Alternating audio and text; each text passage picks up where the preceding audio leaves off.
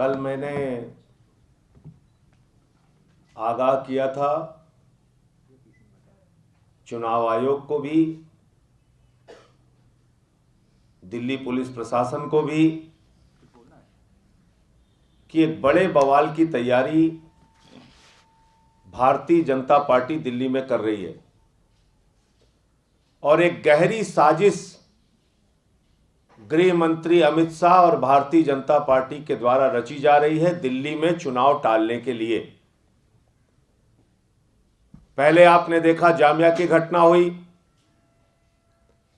वहां एक अपराधी तमंचा लहराते हुए गोली चलाता है। आज फिर से एक अपराधी खुलेआम गोली चला रहा है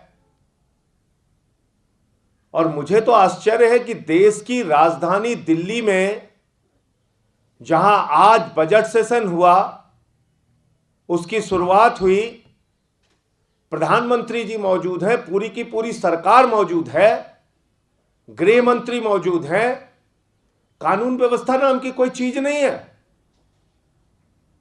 कोई भी कहीं भी तमंचा दगा रहा है।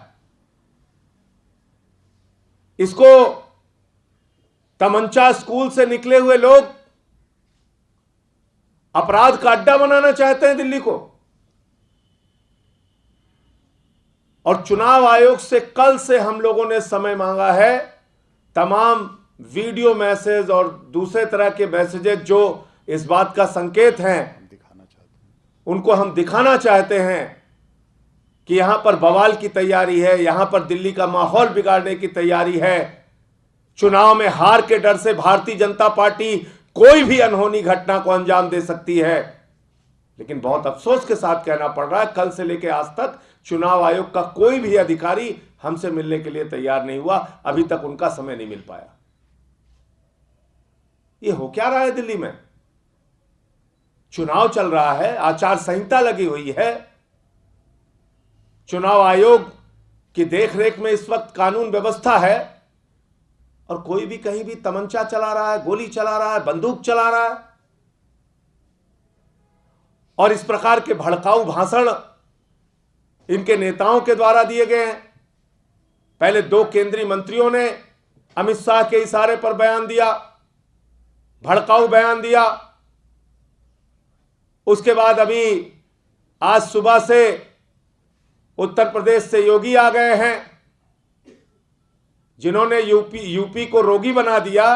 वो योगी आके यहां पे मनोरोगी की तरह बात कर रहे हैं। योगी आदित्यनाथ ने आज इतना आपत्तिजनक बयान दिया, वो कह रहे हैं पाकिस्तान से तार जुड़े हुए हैं केजरीवाल के। योगी को तुरंत गिरफ्तार करके उनसे पूछताछ की जाए, कौन सी जानकारी उनके पास है, किस आधार पर उन्होंने ये बात कही। कोई अरविंद केजरीवाल को आतंकवादी कह रहा है, कोई कह रहा है पाकिस्तान से तार जुड़े हुए हैं, कोई कह रहा है बंदर हैं। जो मन में आया बोला जा रहा है यहां पे। आज आप देखिए ये मनोरोगी का बयान अरविंद केजरीवाल की बीमारी का मजाक उड़ा रहा है। जिस व्यक्ति ने उत्तर प्रदेश को रोगी बना दिया, वो अरविंद केजरीवाल की बीमारी का मजाक उड़ा कर उसका तो दम घुटता है।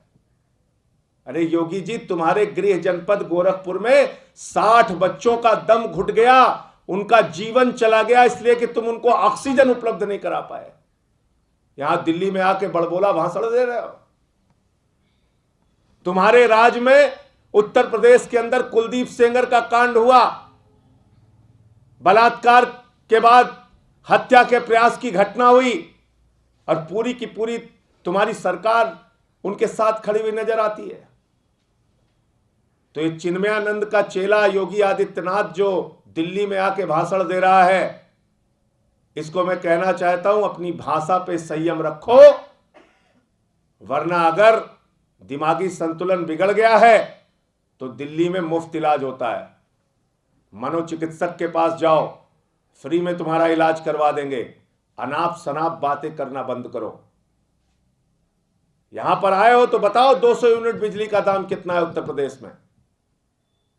कितना दाम है उत्तर प्रदेश के अंदर? 7 रुपए यूनिट बिजली का दाम है, यहां 0 है 200 यूनिट तक। यहां आए हो तो बताओ, उत्तर प्रदेश में नमक रोटी देते हो मिड डे मील में बच्चों को खाने के लिए, और यहां स्कूलों के अंदर एयर कंडीशन कमरे बच्चों की पढ़ाई के लिए बने हैं। जाके यहां मिड डे मील की व्यवस्था देखो। यहां आए हो तो बताओ, दिमागी बुखार से हजारों बच्चों की मौत हो गई उत्तर प्रदेश में, और दिल्ली के अंदर डेंगू की बीमारी से लड़ने के लिए पूरी दिल्ली को हमने खड़ा किया, एक साथ लेकर आए हम, और एक भी मौत डेंगू से नहीं हुई दिल्ली में। अगर आए हो योगी जी तो काम पे चर्चा करो और बताओ, उत्तर प्रदेश के अंदर 10 साल 6 साल 8 साल की बच्चियों के साथ बलात्कार हो रहा है, और तुम चिन्मयानंद के चेले बन के उस बलात्कारी के समर्थन में खड़े हो और यहां आके ज्ञान दे रहे हो। केजरीवाल को खांसी आती है, दम घुटता है, वो इलाज कराने चला जाता है, और इन सब के बीच चुनाव आयोग खामोश है। चुनाव आयोग इन घटनाओं का संज्ञान नहीं ले रहा है। आज एक बयान सुबह सुबह आता है रविशंकर प्रसाद जी का, हम बातचीत से शाहीन बाग का मसला हल करना चाहते हैं। हमने भी उसका स्वागत किया। शाम हो गई, कहीं कुछ पता नहीं। इसका मतलब मुंह जबानी जमा खर्च, इसका मतलब सिर्फ बयानबाजी।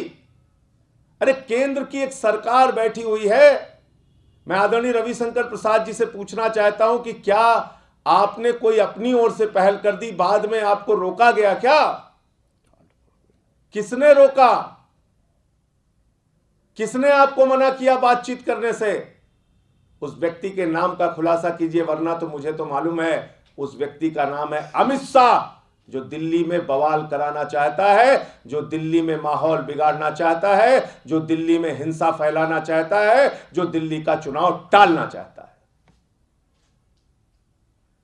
और इसलिए अगर चुनाव आयोग ने इन घटनाओं से सख्ती से निपटने का प्रयास नहीं किया तो आने वाले दिनों में दिल्ली के अंदर बड़ी अनहोनी घटनाओं की तैयारी, अराजक घटनाओं की तैयारी हो रही है। दूसरी ओर आज बहुत सारे आंदोलन मुंबई में चल रहे थे, उन्होंने अपना आंदोलन वापस लिया।